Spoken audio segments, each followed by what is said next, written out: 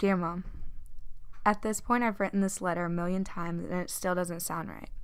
You've been gone for almost a year, and I wanted to put it out on your birthday, but I couldn't wait any longer. I want to say so many things, but they couldn't fit on one page.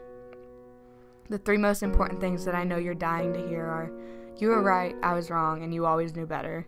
But most importantly, I miss you. A lot. It's been really hard without you here, and I miss getting your calls in class and having to tell my teacher I had to go to the bathroom so I could tell you about my day. I miss singing to you over the phone and you telling me how great I sounded. I need calls to tell you that I got a bad test grade and for you to remind me that I'll be okay. Talking about how we're going to travel the world and see places that I never find it by anyone else. You are my best friend, my travel buddy, always going on adventures and always getting into some type of trouble, and I miss your voice. Sometimes I forget what you sounded like, and I listen to your voicemails over and over again to try and keep the sound of you in my head. And I wish you were still here.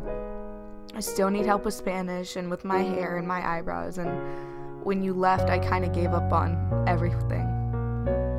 My entire life fell apart, and as much as I prayed that you'd get better, I prayed that you would let go. I told you that you didn't have to stay anymore, that it was okay. Somehow Dad and I would move on, and we'd try and figure out how to have life without you. But there were so many things that I wanted to learn from you, and that I wanted to understand. I wish I would have listened more. I wish I would have been a better daughter. I wish I would have been there for you. I completely broke when you died, and I didn't want to believe it, and I think what hurt the most was I was old enough to understand what was happening. I knew my mom would never be able to see me graduate, get married, or hold my kids, or see what crazy guy I ended up with for the rest of my life. You wouldn't be there for anything. My kids wouldn't have been able to see their abuelita. She would have been the greatest woman in their entire life. I was 15, and yet I still didn't want to believe what was happening.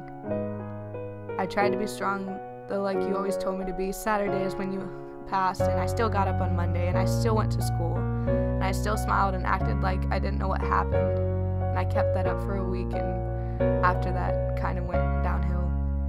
I didn't know how to handle it, and I became rebellious. I did things I shouldn't have, and I gave my heart away to someone who didn't deserve it.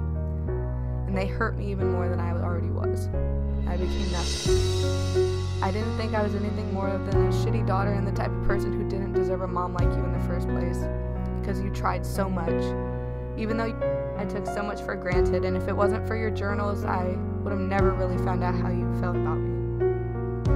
You always cared, and you always loved, and you always thought about me. I wish I would have treated you better, been a better daughter, told you I loved you more, yelled less, complained less, acted out less.